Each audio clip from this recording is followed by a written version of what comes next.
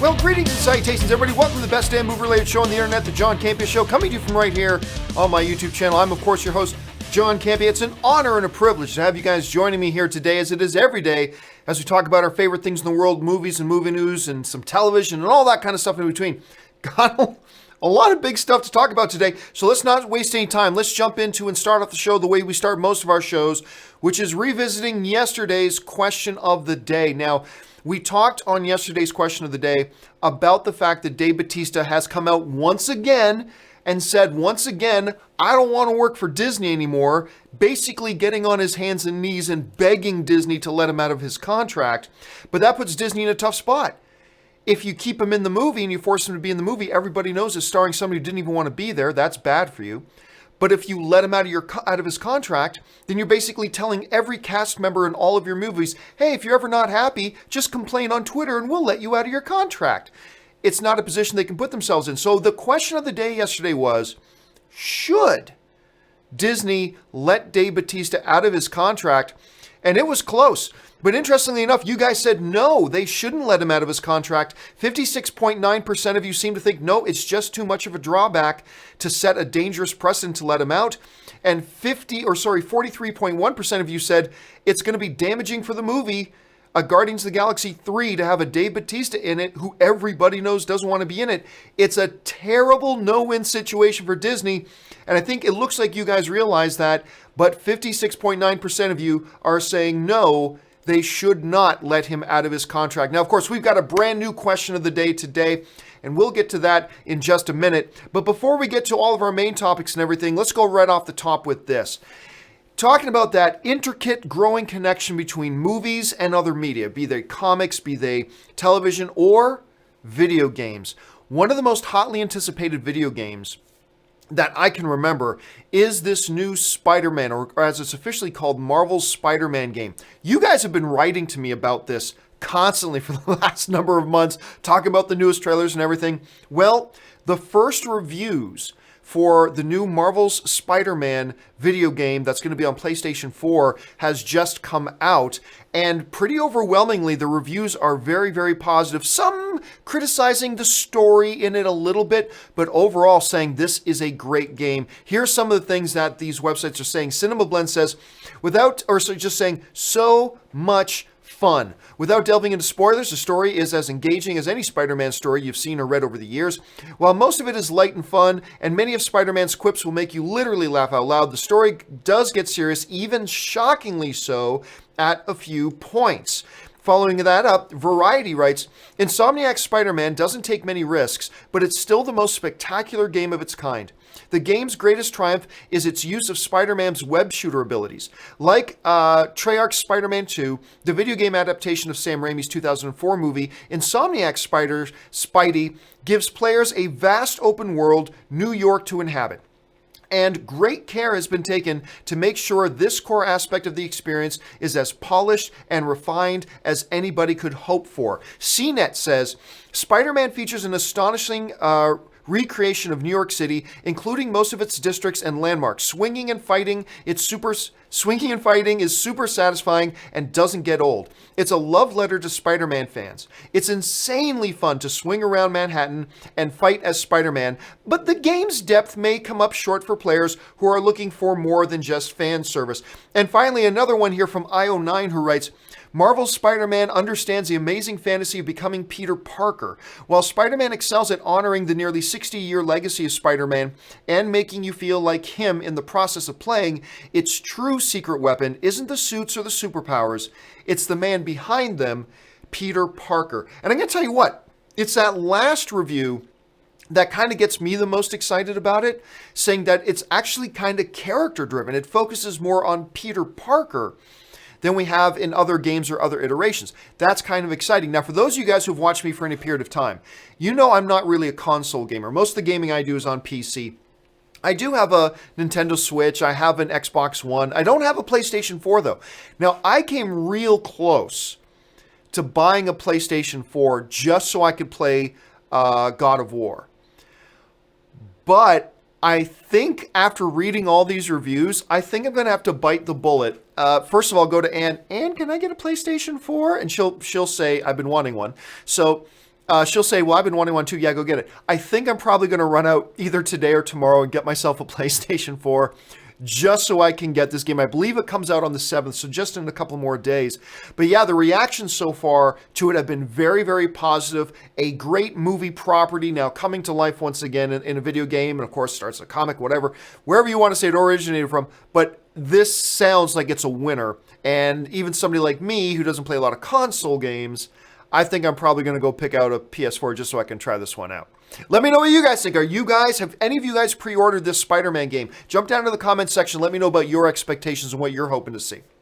All right. Also off the top here, huge news. Also talking about that tie between narrative storytelling on the screen and video games and stuff like that. It was announced a while ago that the insanely popular and insanely awesome Witcher game series was going to be coming to Netflix for at least one season, an 8-episode season. First season was ordered. We haven't heard a lot since then. Until today. It was announced today, just broke about an hour ago, that Superman himself, Henry Cavill, is going to star as the lead character in the upcoming Witcher series at Netflix. Now, the way Variety describes the series, they describe it as this. Based on the best-selling fantasy series, The Witcher follows Geralt of Rivia, played by Henry Cavill, a solitary monster hunter as he struggles to find his place in a world where people often prove more wicked than beasts. But when destiny hurdles him towards a powerful sorceress and a young princess with a dangerous secret, the three must learn to navigate the increasingly volatile continent together. I'll tell you what, this is awesome.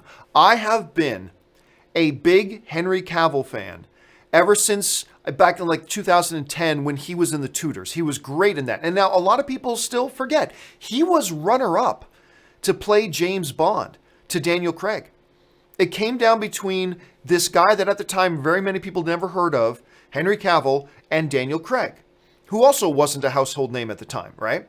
And it came down between those two guys, and it ended up going to Daniel Craig, and all's the well. Henry Cavill became a great Superman. Daniel Craig is my favorite James Bond of all time. But I've been a big fan of Henry Cavill for a long time. This guy's got great acting chops. He's got great on-screen presence. And I love his Superman. And you know what? If you want to talk about physical appearance, I'll tell you what. Put a little baking flour in his hair and whiten up his beard just a bit. I think you got your guy. Now, of course, it doesn't matter whether he looks like the video game incarnation or not. That's totally irrelevant. What you need is a guy who can bring the acting chops. And this guy can bring the acting chop 100%. Now, listen, I have been excited about this series. Look, it all goes back to this. I remember I heard all this great stuff about particularly Witcher 3. When Witcher 3 came out, everybody, and this is my favorite memory of Witcher 3, everybody was just oohing and awing over Witcher 3. So I'm like, fine, I'm going to run out and grab it. So this is still back when I was working at the last place I worked at. So I ran out, grabbed the game. I had bought an Xbox One to be in the office, and I brought it back to the office one morning, and we started playing it. And John Schnepp was in early too. And so John Schnepp, he said, can I try? I'm like, yeah. So John Schnepp takes controls, and he's playing Witcher 3, and I'm sitting there watching him, and it gets time for the show. Now, we used to have to get on set for the show that we would do, like 15 minutes before airtime. So 15 minutes hits, and it's like Schnepp still plays. Like, dude, we got to get on set. He goes, yeah, I'll be there in a second. And he's playing. And I go out on set, and it's now like 30 seconds to airtime. And I finally go, Schnepp, get in here. And like Schnepp, like just as the countdown, like the 3, 2, 1, as like 2 was said, Schnepp's running in the door and getting in his seat. And as soon as we were done, he ran right back out to play the game some more. That's a great testament to how engaging this game Witcher 3 was. But at any rate, ever since they announced that they were going to be doing this as a series, the world, look, Netflix is looking for its Game of Thrones. Amazon Prime is looking for its Game of Thrones. That's why they're doing the Lord of the Rings series. I think Disney is looking for its Game of Thrones, and hence you got this Jon Favreau Mandalorian kind of focused Star Wars show coming. Everybody's looking for that. This could be that for Netflix. It really could. If you've ever played the game, it's this huge, vast world. It's so well laid out. It's so beautifully told. It's sprawling in its scope. It's just great, and there's great storytelling to be told. And now, I'm one of these guys, I don't think the show has to follow exactly the steps of the game, not at all. Tell your story within that world. But the world that they have there is insanely set up, and this could be great. And adding a guy like Henry Cavill to be the lead, I think this is fantastic. Now, I've already had people tweeting me this morning. Asking me, does this put a nail in the coffin of Man of Steel 2? Like, does this pretty much settle it that we're not going to see Henry Cavill as Superman again? I would say this. Many actors do many things in a year, right? A lot of actors will have 3 full motion pictures come out in a single year. If you're Dwayne Johnson, you got like 25 movies come out in 6 months. So it's not like Henry Cavill getting another acting gig means he can't be Superman anymore. Now, at the same time, there's a little bit more of a time commitment in doing a series than there is to doing a single movie. There's a bigger time commitment because, you can shoot a series over the course of 8 months, right? You can shoot a season of a series over the course of 8 months, whereas most movies, you only have to block out about 12 weeks of time for you to go and do your acting for a movie. So there is a bigger commitment. I'll say this. While it doesn't look good for the future prospects of Henry Cavill as Superman, and I think he's an awesome Superman, I would also caution to say that just because an actor takes one job does not mean he is now precluded from doing a lot of others. Is it good news for Man of Steel 2? No, it's not good news for Man of Steel 2. But is it tragic news for Man of Steel 2? No, not tragic at all. He can do this and still do other things as well. But bottom line here is, this is fantastic. I'm very excited for this. What do you guys think? Are you guys happy about this? Are you guys excited for this series? Does the casting of Henry Cavill increase your excitement? Do you think it's a good cast? Maybe you're not a Henry Cavill fan. Do you not think it's a good move? Jump down to the comments section and let me know what you guys think. All right, with that stuff out of the way, let's now move on to our main topics today. And how do we select our main topics? Well, it's simple. You guys select them by emailing me your topics and questions simply at john@thejohncampeashow.com. Once again, email me your questions or topics to john@thejohncampeashow.com. Put the word topic in the subject line. And as always, guys, keep those emails to 90 words or less. And then maybe you'll see your email pop up on the John Campea Show. All right, let's get into it now with the first email today. And the first email today comes to us from Martin, who writes, "Love the show. Watch it every day traveling to work." Well, thank you so much, Martin. "Is directing an MCU movie the dream job? I mean, Joss Whedon, the Russos, James Gunn, and Taika Waititi are highly sought after these days and can pick their projects now. Do you think Scott Derrickson and Peyton Reed will become sought after talent when they are finished with the MCU?" All right, thanks a lot for the question, man. And well, I mean, look, I don't think it's an issue of directing an MCU movie makes you a hot, sought after commodity. I don't think that's the case. I think directing a big hit movie, whether it's with the MCU or whether it's a Mission Impossible movie or whether it's a Star Trek movie or whether it's a Jack Ryan movie or whether it's a DC movie or whether it's a video game, whatever. Directing a hit movie is what makes you a highly sought after director. But it's not just a hit movie. A really critically acclaimed movie can make you a highly sought after director. Look, let's make no mistake about it. Joss Whedon had his place in the fandom before he ever directed Avengers. Like, there's a reason when they announced him as the director of Avengers that everybody got so excited because Joss Whedon was already Joss Whedon. Did Avengers up his profile? Absolutely it did, but he was already kind of Joss Whedon. Taika Waititi, what made him a highly sought after guy he was highly sought after before Thor Ragnarok, right?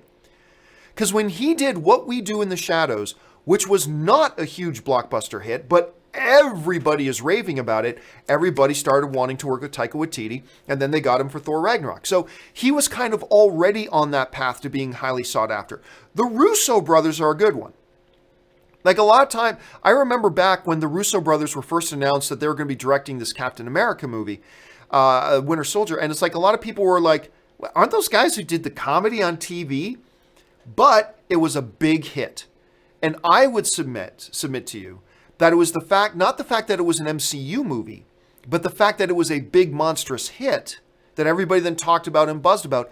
That's what made them, really increase their stock. Not so much just because it was an MCU movie, but because it was a high-profile movie that critics loved, the audiences loved, and it made a ton of money. That, to me, is the bigger kind of culprit, if you will, as to them getting higher profile and higher sought after. Let's look at guys like Scott Derrickson. Scott Derrickson was a smaller name director, but well-respected in the genre, right? Well-respected. And he does have 2 movies that have been announced that he's doing. Peyton Reed, interestingly enough, Peyton Reed has no movies, at least if you look at his IMDb, he has no movies lined up to direct next. So obviously Ant-Man 2, Ant-Man and the Wasp is in theaters right now, but he doesn't have anything else lined up right yet. So that's his second MCU movie. He's done 2 now. And he doesn't have 8, 9, 10, offers coming in, or maybe he does, but he doesn't have 8, 9, 10 projects lined up. So I'm going to say no. I don't think just by directing an MCU movie, you are automatically now on the fast track of directors. I don't think that's the case. I think we've seen that there are some examples of people who've directed great MCU movies and they're not the next big director. We've also seen some guys direct MCU movies, but they were already kind of named properties. And then we get guys like the Russo brothers. But I think that has more to do with the fact that they were hit movies than MCU movies. So that's kind of my feeling on that. What do you guys think? Do you think completely differently than me? I completely understand that. Jump into the comments section and let me know what you think. All right, let's move on to the second email today. And the second email today comes to us from Vincent T, who writes, "Hey, John, I was watching today's open mic." This email came in yesterday. "And I wanted to follow up on a question somebody asked about James Gunn directing the Flash movie. Do you actually think that could be in motion? If so, when do you think we could hear an announcement?" All right, so what Vincent is referring to is something that's kind of compiled over the last couple of days. It started the other day when Kiersey Clemons, who is going to be playing Iris West in the upcoming Flash movie, she was on a red carpet and caused a lot of confusion when she was asked about when the new Flash movie was going to start shooting, and she said the following: "No idea. We don't know yet. I mean, we have a little bit of an idea of who our director is, but I can't say that. I talk with Ezra Miller frequently, and we'll see. I'm not doing Flash for the rest of the year, so let's hope for 2019. Okay, I just want to bring our attention, and I talked about this the other day, but we just need to lay the groundwork here for where we're going with the James Gunn thing. The important part here that she says in her comment is about the director. Because remember, it wasn't long ago, it was just a couple of months ago, that they confirmed they have their directors, plural. They have their directors. They've officially confirmed it. Their directors are the guys who directed National Lampoon's Vacation, that did not turn out so good, with the one with Christina Applegate and Ed Helms. That was just terrible. But anyway. So those guys are directed. That's John Francis Daley and Jonathan Goldstein. Okay, John Francis Daley and Jonathan Goldstein. Those are the directors of The Flash. That was confirmed. They announced it. They put out press releases. It's confirmed. They're directing it. That was a few months ago. We've heard nothing about Flash's development ever since. And now one of the actresses from Flash comes out and says, "I mean, we have a little bit of an idea of who our director, singular, is, but I can't say."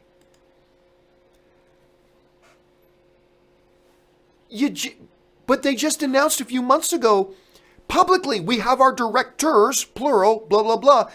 And now we have one of the cast saying, "Well, I have a little bit of an idea who our director is, but I can't say." What? Now, that is by no means an official confirmation that Daley and Goldstein are no longer directing The Flash. That's by no means an official statement saying they're not directing it anymore, but it certainly points towards that something's up. Because if you've already publicly said months ago, these two guys are our directors, it's public, it's official, everybody knows, and now you've got a cast member going, "Well, we have a sort of an idea who our director is, but I can't say." What? Okay, so clearly, not an official statement saying that Goldstein and Daley aren't directing, but it clearly raises questions, right? And we talked about that on the show. Clearly raises questions. So then now let's go to yesterday. Yesterday on Open Mic, which is the just open mic conversation we do here on my channel every afternoon, one of the viewers wrote in and said, hey, look, is it possible James Gunn could be directing The Flash? Now, before we just label that as a ludicrous notion, let's pump the brakes for a second here. Let's, for a minute, play in make-believe land for a second, okay? Let's look at what we know. What we know is that James Gunn is no longer directing for Marvel. We know that. What we know is, because of a report from The Hollywood Reporter, is that every studio has been lining up to offer James Gunn high-profile projects, including Warner Brothers. So that we know.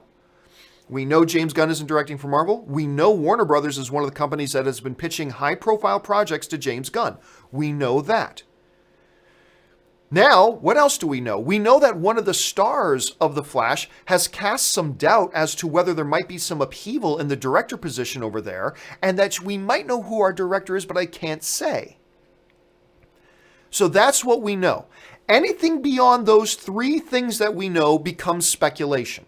All right? So let's just acknowledge that right off the top. We are now engaging in the fan favorite hobby of speculation. Speculation can be great, but let's be clear, this is speculation. This may be completely far-fetched, but because of those three things we know, I'm going to say this. I hadn't considered it before our viewer on Open Mic sent this in, but I'm going to say yes. I believe there is a possibility that Warner Brothers has signed up James Gunn to direct The Flash. I believe there is a possibility here that they are waiting until they can make an official announcement, but that Disney, having parted ways with James Gunn, Warner Brothers, I believe, swooped in, grabbed him up, removed Daly and Goldstein off of The Flash, and they're putting James Gunn on it. Now, I'll say this. On the one hand, that fits all three facts that we know. James Gunn, being the new director of The Flash, fits the fact that he's no longer with Disney, fits the fact that we know that Warner Brothers was pitching him significant projects, and would fit the fact that we've got this actress saying that there's some question about who's directing it. James Gunn directing The Flash fits all three of those criteria. Now let's go to the other side of the coin, though.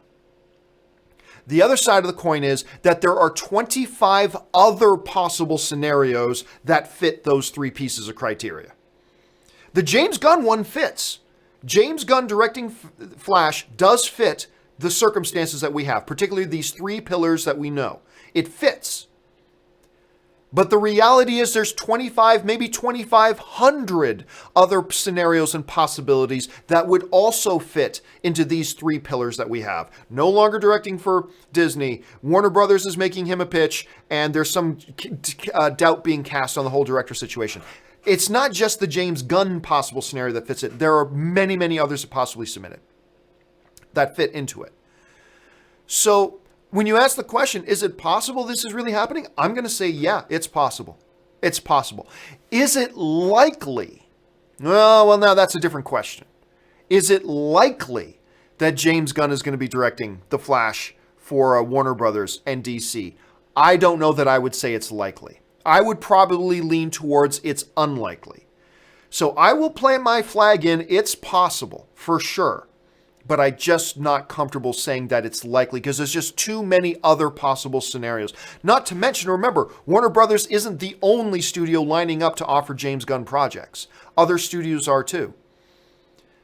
And remember, it could be that Daly and Goldstein are still directing The Flash and the Flash actress just radically misspoke. That's possible too. So is it possible? Yup. Is it likely? I'm not so sure. But that leads us into today's question of the day. And my question of the day for you guys to answer now is simply this. Could James Gunn be directing The Flash for DC? Could he be doing that? And you got three options. Yes, he is. No, he isn't. Or possibly kind of 50-50. Myself, I voted for possibly 50-50. Here's how you cast your vote. Look in the description of this video. And in the bottom of the description, you'll find a link to today's question of the day. Click on that link, jump on over there, and let your voice be heard. All right, so let's just see where we're at right now, because I know as soon as I announce it, a bunch of you guys start voting. So right now, we've had over 120 of you have already casted your vote, and here's what we got right now. By a big margin, 60.3% of you right now are saying it's possible, it's a 50-50 shot that James Gunn could be directing. 23.1% of you are saying, no, James Gunn is not directing. We're getting way carried away here.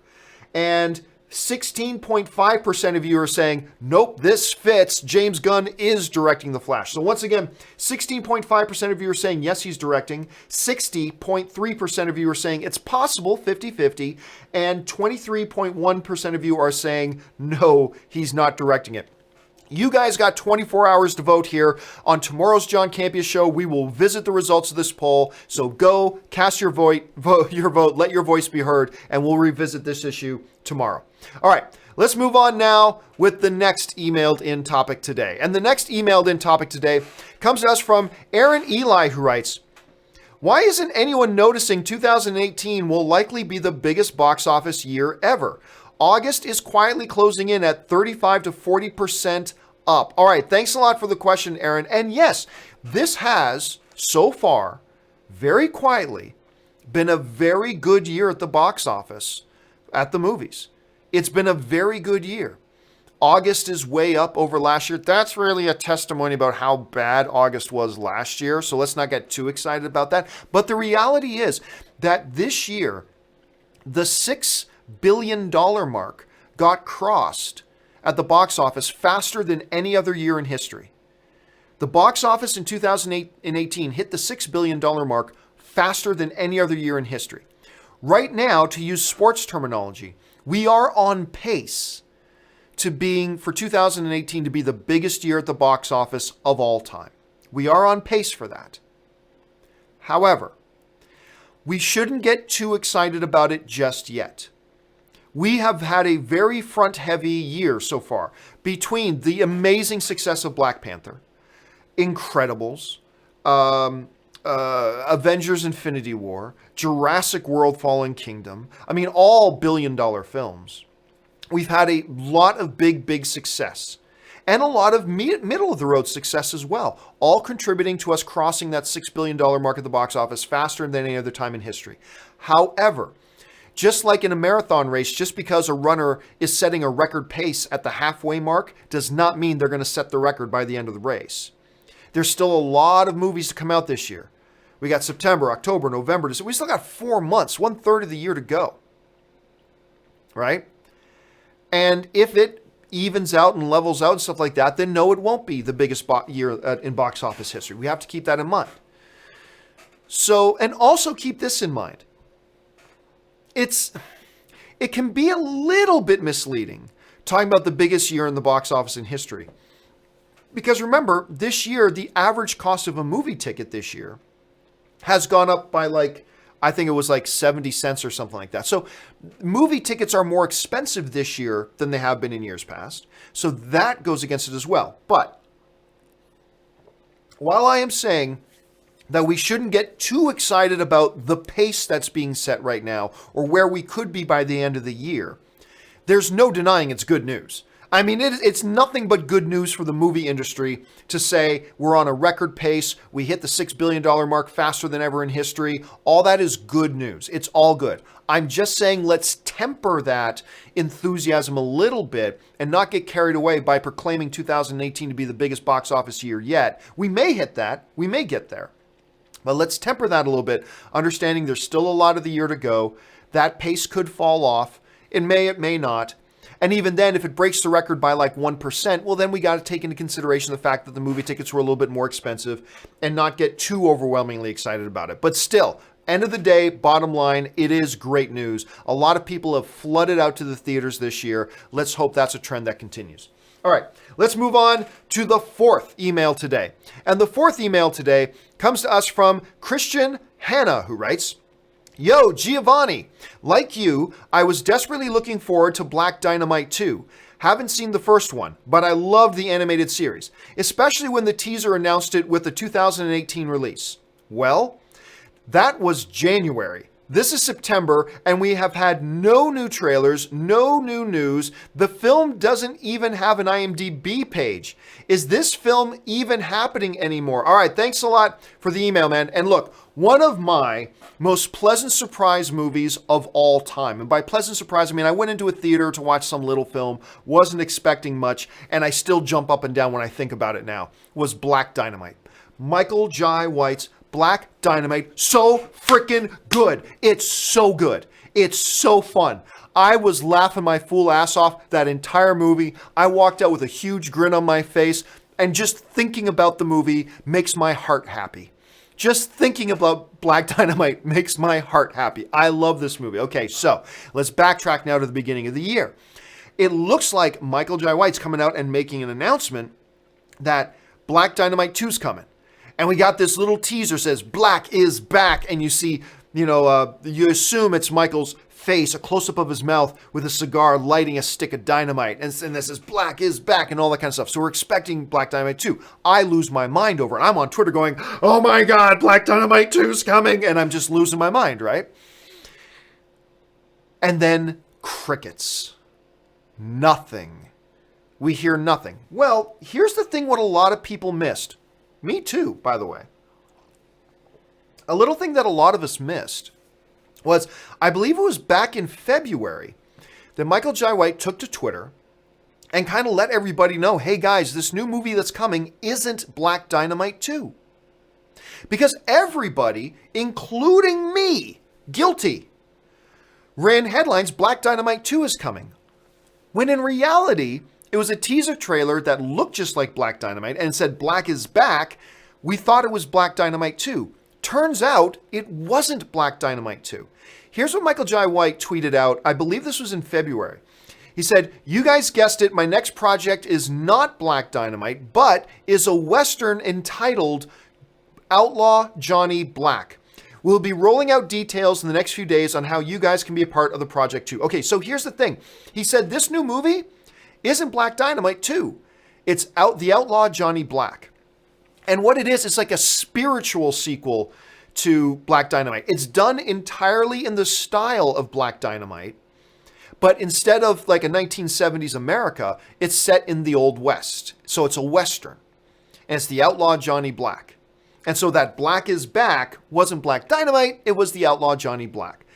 Now, in that tweet, one of the things that you notice Michael said at the end there was, we will be rolling out details next few days on how you guys can be a part of the project too. Well, how you guys could be a part of it was that The Outlaw Johnny Black was meant to be a crowd-funded film, as a lot of indie filmmakers do. They go to crowdfunding, whether it's, Indiegogo or one of the other ones, and they start up an Indiegogo page. Now, it looks like that Indiegogo campaign wasn't all that successful. Because if you go to the Indiegogo campaign for The Outlaw Johnny Black, they set a target to raise $1 million. And I believe this was launched in February, and they only raised $32,000. And now the Indiegogo campaign is closed. So it looks like they only raised $32,000. Now, when you go to the official website, and there is an official website for The Outlaw Johnny Black, this movie has never gotten into production at this point. They still say they're going to do it. They still say right now they are going to do The Outlaw Johnny Black. But they haven't started it yet because clearly I don't think they've raised enough money for it. Now, you guys might have seen that there's a trailer for The Outlaw Johnny Black. It's like, wait a minute, what do you mean they haven't started production on it yet? They've got a trailer. They made the trailer specifically. So they weren't shooting the movie and then they took scenes from the movie to make a trailer. No. They just shot a trailer. Which was a good idea. That's what a lot of filmmakers will do now. They'll shoot a trailer to show to potential supporters to raise money to make the movie. And that's a good strategy. That's what they were going for. But from where I'm sitting, it doesn't look like it worked very well and that they didn't get enough support to make it. But as of right now, they're still saying they're going to do it. So, where is Black Dynamite 2?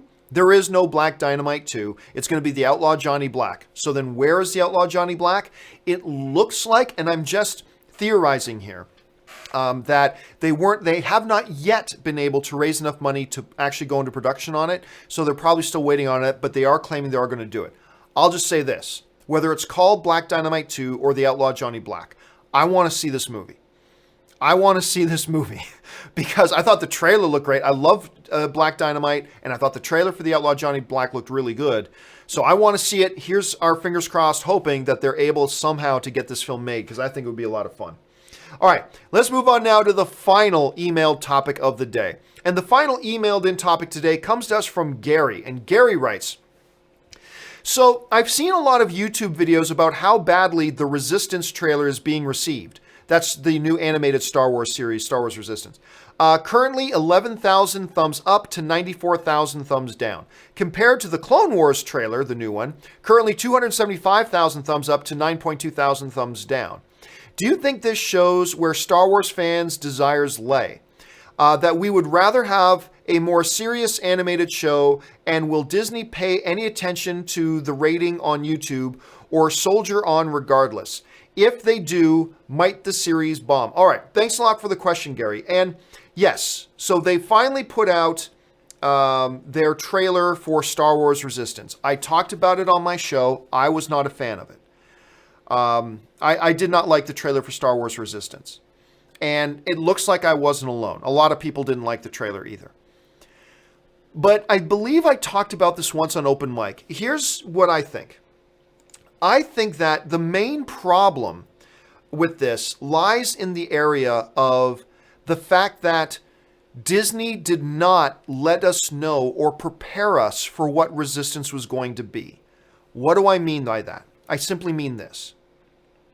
That Star Wars Resistance, when you look at the trailer, clearly this is a children's show. Clearly this is a show aimed at kids. And that's fine. There's nothing wrong with that. That's great. Actually, there could be some good strategy in doing some content that's specifically targeted at children and kids. Nothing wrong with that. In the old days, we had the Droids animated show and the Ewoks, where the Ewoks, they had the Ewoks thing. Some content targeted specifically at children. Nothing wrong with that.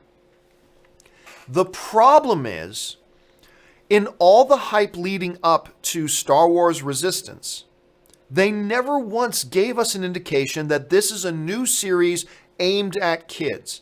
They never gave us any indication of that. Instead, we were allowed to believe that it was going to be in the vein of a Clone Wars or in the vein of a Rebels, something that is clearly kid-friendly, but also very adult-friendly at the same time. And that's what Clone Wars and Rebels is. They are kid-friendly, but they are also adult-friendly. There's a difference between kid-friendly and kid-targeted. This is clearly kid-targeted. Clone Wars, Rebels, kid-friendly and adult-friendly. And I think you had a lot of Star Wars fans, including myself, who were waiting for this trailer and were thinking we're getting the next adult-friendly and kid-friendly show. And then they played the trailer, and we were hit across the face with the reality that, no, this is a kid-targeted show. This is a children's show. This is a kid's show. And we weren't prepared for that.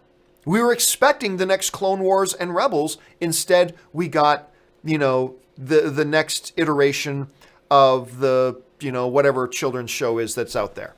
That's what we got instead. And I think that was a bit jarring to a lot of people and instantly caused a lot of negative feedback and a lot of negative reaction because we weren't prepared for it. I submit that if Disney and Lucasfilm, when they first announced that there was going to be this new show, Star Wars Resistance, if they also include in that, hey guys, we just want to let you know, we've got a brand new Star Wars show in development, Star Wars Resistance. It's going to be Disney's foray into creating some Star Wars content for kids and to really give something for them that's really targeted and shaped for them. And that's what we're aiming at. I submit to you that if Disney had said that right from the beginning, when they announced Resistance, I submit to you that this 11,000 upvotes to 92,000 downvotes would not be that way. I guarantee you, because then we would have been prepared for, the new kids trailer dropped. Check it out. We already know it's for kids. Our minds are set for that. And I honestly don't think we would have had anywhere near the amount of negative backlash than what you saw happen. I think if they had just said from the beginning, hey guys, this new show we're really proud to present this thing like tailor-made for kids, so kids can have something that's right for them. I think you would have had a totally different reaction. I don't think there would have been half as much of negative feedback. I really don't. Because I know for myself, I wouldn't have had the negative reaction because I would have been expecting it. And ultimately, I think that's the problem. So, what does Disney do now? Should Disney pay attention to the upvote to downvote thing? No, they shouldn't pay any attention to that whatsoever. They should soldier on. They should take their lumps that, okay, yeah, we should have warned everybody it was a kid show. But whatever. Let's now move on with the strategy and create a great show for kids. And that's what they need to do. And they know it's not going to attract the same audience as Clone Wars. They know it's not going to attract necessarily the same audience as Rebels. But that's not what they were going for, clearly. So this show can still be very successful. It can be. We'll just have to wait and see whether or not it turns out that way. All right, guys, that will do it for all of the emailed in questions today. We're going to take some time now and go over and take some of your live questions. You guys have been firing in a whole ton of live questions, so let's jump right to them here. Ben Rayner writes, the theory that Hulk is really Loki in Infinity War really grinds my gears. So stupid in my opinion. What about you? Well, Ben, here's the thing. While I do not agree with the theory that is out there that Loki is actually Bruce and Bruce is actually Loki in that, I don't agree with that theory at all. It's not all that stupid. And the reason it's not all that stupid of a theory is because we've seen Loki do something similar in the MCU already. So I disagree with the theory. I do not buy into that theory at all. But it's not that stupid of a theory because there is precedent in the MCU involving Loki that kind of lays a groundwork for the theory. Right? So is it a legit theory? I don't think so. I don't think there's any legitimacy to the theory whatsoever. But is it stupid to even think that? Well, no, because there are crumbs of things there that you could build a theory like that around. So I'm going to say it's not stupid. So it doesn't bug me. The theory doesn't bug me. I disagree with it, but it doesn't bug me. I've seen dumber theories, believe me. History Soup writes, Buckaroo Banzai remake someday. I honestly don't think so. It's not one of those movies that has, okay, not super popular, but it's got a devote. I don't think so. I do not think, look, I'd be fine if they wanted to do it. That's fine. But will they? Nah, I can't see any studio ever doing that. Canada Rocks, indeed it does, writes, Searching is now my favorite movie of the year by far. The audience here in Toronto clapped at the end. Haven't seen that in a while. And again, on and on and on.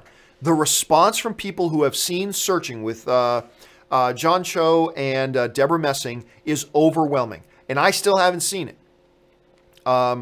I'm probably going to go see it Thursday night because Anne is leaving town again. She has to leave town for work. So Anne's leaving town for about a week. I'll probably run out and see it then. But like a lot of people, I didn't see it because the trailers looked really low budget and really stupid. Low budget's fine, but it looked bad. It didn't look good. The trailers do not make that movie look good. But now everybody I'm talking to who has seen it is saying it's one of their favorite films of the year. So I got to get out and see it. I've just been swamped with too much stuff to go out and see it. But I got to see it. You guys should probably check it out and see it too.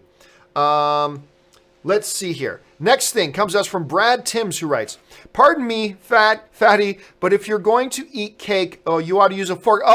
Or you could just shovel it in. Of course, that is from one of the most underrated, probably the most underrated comic book film of all time, even though it's not a comic book film, let me rephrase, the most underrated superhero film of all time, Mystery Men, as Hank Azaria, as the Blue Raja, who his superpower is he throws cutlery. He's the master of cutlery, throws forks. He says, if you're going to eat a cake, you should use a fork. And then William H. Macy comes in, knows it is the shoveler. Or you can just shovel it in. Boom. Great movie. If you guys haven't seen Mystery Men, watch it. Good quote, Brad. Good quote. I'm glad you brought that one up. Okay. Ben Hayusa writes, favorite Mark Wahlberg movie? Mine is Age of Extinction? Psh, no, just kidding. I love Four Brothers, Departed, Other Guys, first three Peter Berg films, and of course, Ted. Oh, I love Ted. Oh my God, I love that Ted. I thought Ted 1 was better than Ted 2, but Ted 2 had a couple of bigger laugh moments than Ted 1. But I think overall Ted 1 was a better film. Anyway, my favorite Mark Wahlberg film, honestly, I think it's either Patriots Day or Deepwater Horizon. Deepwater Horizon's another one that it didn't look all that good. And I think a lot of people never checked it out, never gave it a shot. And I remember I wasn't even going to go see it. But this is back when Jeremy Johns still lived in town. And he and I, we were just talking one night, we're like, do we want to go see this screening? Okay, let's go. And so the only reason I went is because he was going, so fine, we went. And I remember we both walked out and went, that was damn good. Like, damn good. And that might be my favorite. I don't really count The Departed as a Mark Wahlberg film because he's not even one of the leads in it, so I won't count that as one of his. But yeah, I'll probably go Deepwater Horizon. That's what I'm going to go with. Undecided on Dinner, I love that name, writes, if the X-Men are integrated into the MCU, I want to see Storm wield the Stormcaster. I also want to see her and T'Challa get married. Nah. That would make no sense. T'Challa, they clearly have a very solid, important love interest for T'Challa. And look, the reality is, while everybody remembers the marriage between T'Challa and Storm, the reality is it never lasted that long. Like, I remember I was discussing this once, it had to be about a year ago, about that, you know, if this was all theoretical a year ago, but if X-Men ever get back and they have to have X-Men, they have to have Storm and T'Challa get married. You have to. I'm like, no, they don't.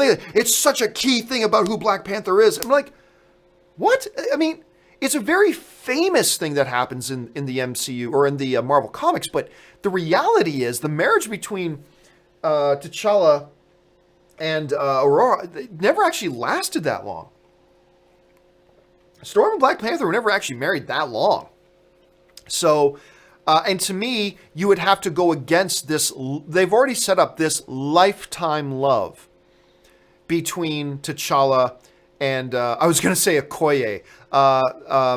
What was the character's name? Why am I forgetting her name? I was going to say Okoye, but that's his bodyguard. Nakia. They've already set up this lifelong love idea between T'Challa and Nakia. Like, you can't just throw that out the window because we got Storm now. I don't think you do that. I think that would be a massive mistake. I think that would be nothing but cheap fan service to the very small percentage of people who read the comics and sacrificing a major story arc you've got going with your movie audience, which is much bigger. So, while I will admit I'd get a kick out of that, I don't think that's something they should do. I really don't. Ben Sultan writes, I don't know this, but the CW actually owned by Warner Brothers. Yes, CW is owned by Warner Brothers, which is owned by Time Warner, which is owned by AT&T. And the ownership ladder continues on and on. Ben Hayusa writes, rate the 3 Wahlberg Peter Berg films. Yes, minus Mile 22. Yeah, because that one is just terrible. My order, Deepwater Horizon, Patriots Day, Lone Survivor. My order is exactly the same. My order is exactly the same of you. I would do that. I would do it in that order: Deepwater Horizon, Patriots Day, and Lone Survivor. All great films, but I think I give the nudge to Deepwater Horizon.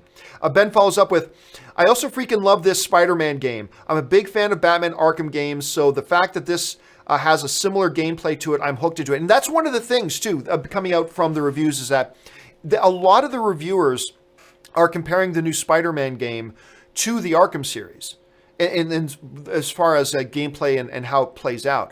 And that's got a lot of people very excited. So yet another reason that I'm looking forward to picking up my first PlayStation 4 and giving this thing a shot. Ben Sultan writes, if this deal goes through, are they going to recast Deadpool? I love Ryan Reynolds, and it's a damn shame that we won't see much of him. I don't know. And even Ryan Reynolds was asked that a while ago. He was asked, are you going to be Deadpool if this whole thing happens? And one of the things Ryan Reynolds said really makes sense. He said, look, I don't know, but it seems to me like, why wouldn't you? Like, this Deadpool franchise is far more successful than anybody ever thought possible. And the single biggest reason for that is Ryan Reynolds. And that's just it. I mean, there are other contributing factors, clearly, but Ryan Reynolds is the leading reason why. And why, if you're Marvel, unless you suddenly decided, because Bob Iger said he's open to R-rated material. Bob Iger has said that publicly. Now, so unless they have a change of heart and think, you know what, no MCU movies are going to be R-rated. Okay, if you make that decision, then I would understand recasting and getting a new Deadpool and doing Deadpool differently. Well, I mean, if you even make them at all, I could get that. But if what Bob Iger says is true and he's open to there being R-rated material, why wouldn't you keep Ryan Reynolds? I mean, to me, that seems like a no-brainer, but we simply just don't know at this point officially.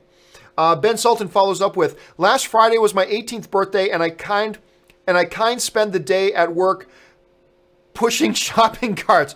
Well, man, you know what? It's a job, dude. You're doing honest work. And a lot of us have to work on our birthdays too, man. I work on my birthday. I know Ann works on her birthday. So that sucks. But good on you, man, for doing honest work and making your money. That's great. Now you can go see movies and stuff like that. So that's awesome. And happy belated birthday to you, Ben. Undecided on dinner. Again, I love that name. Writes, I hate how the Arrowverse portrays Mr. Terrific as a weakling. In the comics, he's a complete badass. He even fought Ra's al Ghul to a draw. Well, I mean, yeah, a comic writer can make anything happen in the comics. I'll be straight up with you, man. I just don't like how they portray any of those side characters. I got on board with how they portrayed Thea, how they portrayed her. But, and I love the Diggle character, but Mr. Terrific, War Dog, or whatever they call the dude with the mask is stupid. The way they're portraying Black Canary right now, well, I was liking the way they're portraying the new Black Canary, but then they did this whole sad, awful Civil War wannabe storyline when Team Arrow split, and that just became ridiculous. There's a lot of things they do wrong. This is called, they do. But yes, the way they handle, which is too bad because I love the guy who plays the role. I love the dude who plays Mr. Terrific, but I do not like the type of character they're writing for him. So I'm with you on that, man. Comic Game writes, if the deal goes through with Fox, hope maybe to see a Hulk versus Wolverine movie. I think that would be such a badass movie. What are your thoughts? I don't know. Look, I've talked about this before, the very first comic I ever owned, was a Wolverine versus Hulk issue. They fought a lot in the comics over the years, and that was the very first one I ever owned. How that would play out in the movies, though, first of all, how can you even, that sounds more like a scene, not a movie. You know what I mean? Hulk versus Wolverine sounds more like a scene in a movie rather than overall a movie, right? So there's that. Also, the way Wolverine and Hulk are portrayed in the films, it's not much of a fight. I mean, Hulk would literally just grab Wolverine and rip him in half. I mean, there's just not much there for him to do. Hulk regenerates too quick. So I don't know if there would be much. Again, I would be intrigued to see a scene of Hulk versus Wolverine, but a Hulk versus Wolverine movie? Nah, probably not. Not for me, but hey, listen, Comic Game, I'm sure there are a lot of people that would love the idea. I'm just more inclined to liking the idea of a scene where that happens rather than a whole movie. Trey Gaming writes, just saw an IMAX movie for the first time last night for the Marvel event, and holy crap, there is nothing like it. I mean, seeing an IMAX, a true 70mm IMAX film, on a true 70mm IMAX screen, because a lot of IMAX screens aren't like the full-fledged IMAX. They're like something else. Anyway. And I think there's only 2 in Los Angeles. Like, one is at the AMC Universal City Walk. And I think there's like one other true IMAX screen in LA. Maybe there's 1 or 2 more, but there's very, very few of them. There's not like tons of them. But when you see something shot in 70mm IMAX on a 70mm IMAX screen, it is quite impressive. It's really something else. It can be kind of overwhelming at first, actually. That's why I love watching science and nature docs on IMAX. That's how I got introduced to IMAX, was watching like nature documentaries shot on 70mm IMAX on an IMAX screen. It's breathtaking, like really, really breathtaking. Sebastian writes, why has the domestic box office performance gone unnoticed by Wall Street? 2018 will end up being the biggest ever. August was up 36% to 2017 August. Well, we discussed that earlier, Sebastian. And again, a lot of that 36% number has to do with the fact that last August was terrible. So you can't just take the numbers. You also got to look at the context in which the numbers live, right? So, but then again, we've already talked about that ad nauseum. Comic Game writes, if the Batwoman show ends up happening, what are the chances of Batman showing up kind of the way that Supergirl uses Superman in season 1? I think 0. Now, let me say that. I do not believe Warner Brothers will ever allow Batman to pop up on a TV show. I don't think they're ever going to let that happen. Well, ever is too long. But within the next 5 years, cannot see that happening. I mean, heaven's sakes, they've got Deathstroke in the movie, so they make them pull Deathstroke off TV, which is stupid to me. But no, I don't see that happening at all. They have to protect the Batman brand. And I'll be straight up with you. They have damaged the Superman brand with what they did with Superman in the CW universe. They damaged the Superman brand. And they cannot allow the same thing to happen to Batman. They cannot damage the Batman brand the way they damaged the Superman brand on CW. And I got a feeling that Superman is going to be part of the CW crossover event. I've got a feeling they might try to do some damage control there to try to reassert and reestablish the Batman mythos there, or the Superman mythos, because they damaged him. And I don't think they're not going to let that happen with TV. I do not think they're going to let that happen on TV whatsoever. But I never thought they would let them do it with Superman either. And look what happened. They did. So I'm saying it's never going to happen with Batman. But remember, I said the exact same thing with Superman, and they did it with Superman. So what do I know? But my theory is they just understand that Batman is an even more valuable IP to them than Superman is. And they saw the mistake they made with Superman. And I don't think they're going to make that mistake again. Sebastian writes, might be a dumb question, but we all love movies. That doesn't sound like a question, Sebastian. It sounds like a statement, and you're absolutely right. We do all love movies. Jack Reacher writes, saw Civil War, then Doctor Strange in IMAX on Sunday. Best double feature ever. Went with my mom. She didn't see Strange on release, but loved him in Infinity War. I mean, again, we talked about that the other day, Jack, about how 2 characters in particular really had their stock rise with fans because of Infinity War.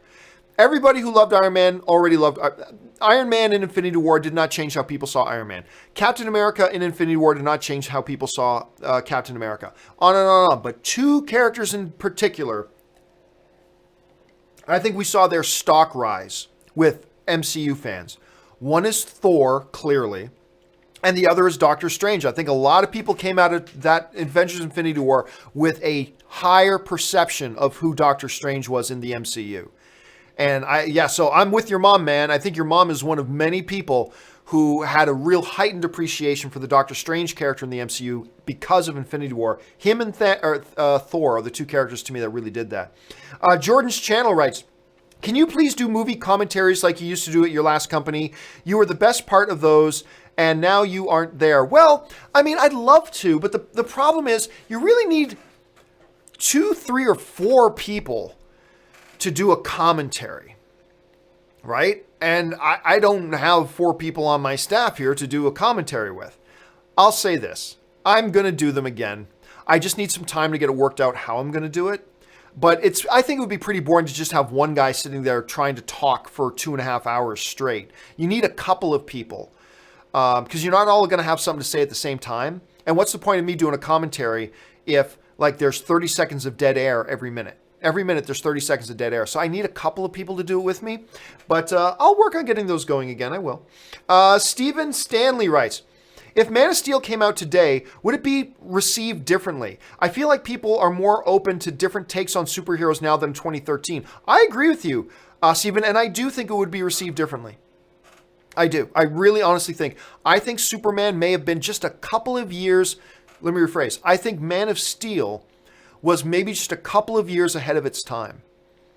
Because you talk to a lot of people today now that watch Man of Steel again for today for the first time since they originally saw it, and they're all going, oh man, that was better than I thought.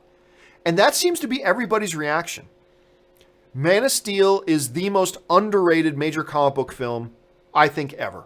I don't think there's ever been a comic book film more underrated than Man of Steel. And I think the fact that a lot of people now watch it today and then go, oh, that was better than I remembered. I think is a testament to exactly what you're saying, Stephen, that I think had that movie come out now, it would have been received more positively. I do think.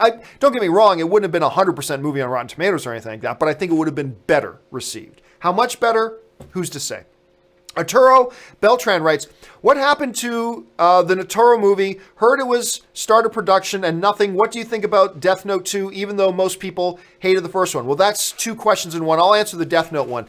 I think the Death Note 2 idea is a stupid idea. That first one sucked.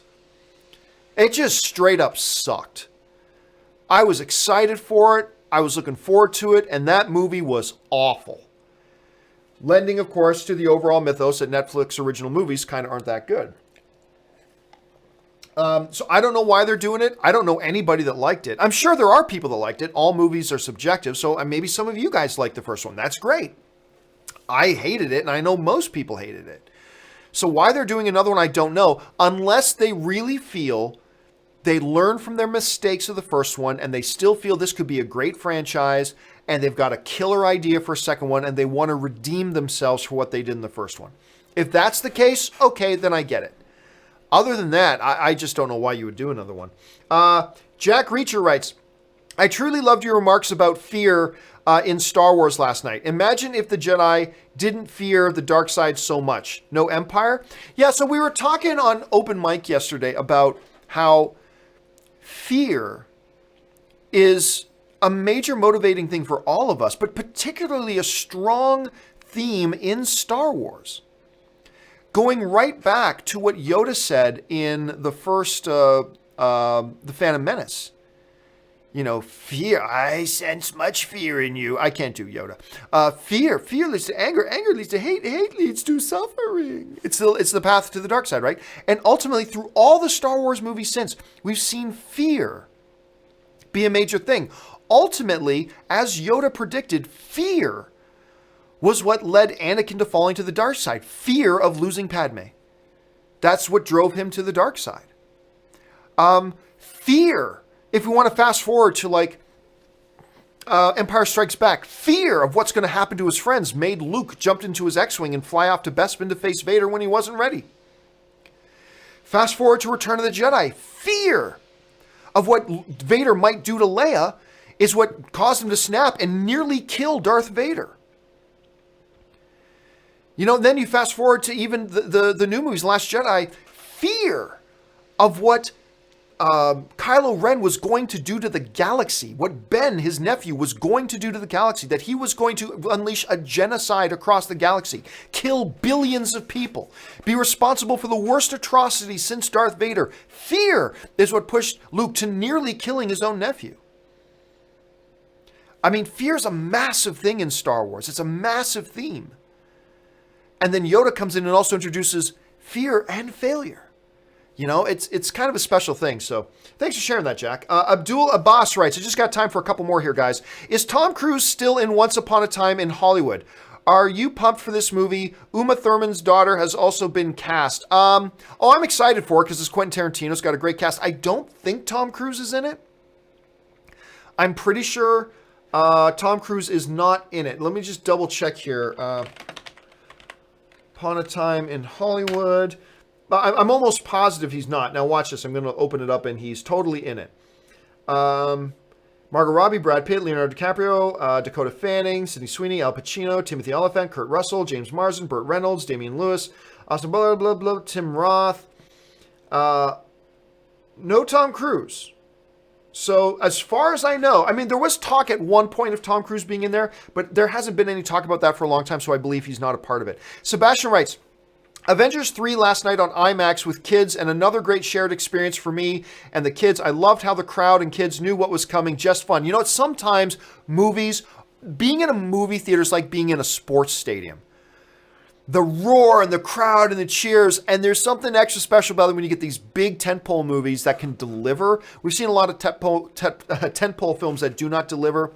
Avengers Infinity War does deliver, and just being a part of that audience as they ooh, ah, gasp, cry, cheer, all of it is just makes such an awesome experience. And being able to take your kids to something like that, man, that is a great shared experience, and Avengers 3 definitely falls in that category. Luke1234 writes, is there an older superhero costume you'd like to see make a comeback for a scene or two. For me, it's the 1989 Batsuit and Batmobile for Affleck. I don't know. I'm going to say none really come to mind. Like, none really pop up to me. Like, I generally feel, for the most part, other than Captain America, for the most part, we've always seen costumes progress and become better. You know what? I wouldn't mind seeing the Mark III. Was it the Mark III in Iron Man? The first Iron Man movie. Like the one he fights Warmonger in at the end. That might still be my favorite Iron Man suit. I'm not down with all the nanotech and everything that he's doing now. But John, it's in the comics. I don't care if it's in the comics. It's not really working for me on screen. It's now getting into the realm of magic. Like Iron Man's getting into that realm of magic now. Like there's no scientific explanation for tons of stuff that his Iron Man suit can do. It's just magic now. Whereas at least before, it used to be quasi-rooted in some semblance of reality. Just a fantastical version of it. Now it's just like magic. So yeah, Iron Man. I'd love to see him go back to an older version of Iron Man. Or Spider-Man. Get rid of the Iron Man Jr. suit and just go back to a Spider-Man suit. I'd like that too. Let's see. Last question of the day, guys. Then we got to wrap it up. The last question comes to us from Brandon Martin, who writes, question of the day idea. Poll viewers on how long they've been following you, watching your content. Wouldn't it be fun for you to know? You know, it's cool. I'm often told by people, well, what I still get a lot of today is, I've been watching you ever since the Man of Steel review. That's where it seems a lot of people first found my content, which is great. I've got a bunch of people saying, I've been following you since the movie blog days, which is like OG people following my content, like going back to my movie blog days. But I got a lot of people saying, hey, John, saw your breakdown on how the box office works, because I was searching YouTube for how box office works and I saw your video on the breakdown of it. I've been following you ever since. So it seems like a good mixture. Maybe I will do a question of the day poll on that at some time. I said last one, I'll do one more. Does this film hold up? GoldenEye. Oh yeah, I think GoldenEye holds up. It's awesome. It's a great James Bond movie, man. And it also inspired like the greatest James Bond, one of the greatest video games of all time is GoldenEye. And I believe the movie holds up. I really do. Last one. Now I'll say the last one. Marie Safering writes, as bios of singers go, whose performance is best? Sissy Spacek in The Coal Miner's Daughter, Tom Hiddleston in I Saw the Light, Joaquin Phoenix in I Walk the Line. I mean, I think you should include in there Jamie Foxx's Ray. I mean, Jamie Foxx's Ray should be included. He actually won the Academy Award for that.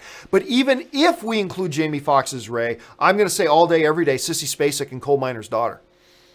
That is a force of nature kind of performance. Joaquin Phoenix in Walk the Line was also outstanding. I believe he was nominated for an Academy Award for that. But Sissy Spacek in Coal Miner's Daughter. That's a force of nature kind of performance. So, yeah. So there you go. All right, guys. That's all the time I got for today. For everybody who sent in questions after Sebastian and Inja and all that kind of stuff all the way down, don't worry. I'm going to take these questions and I'm going to use them in a companion video. And I will have my next companion video up tomorrow morning before the John Campea show. So don't worry, those questions you sent in, they are going to get answered. I just don't have time to answer them right now, but they'll be in either the next companion video or in one of the next two companion videos. Keep your eyes open for that.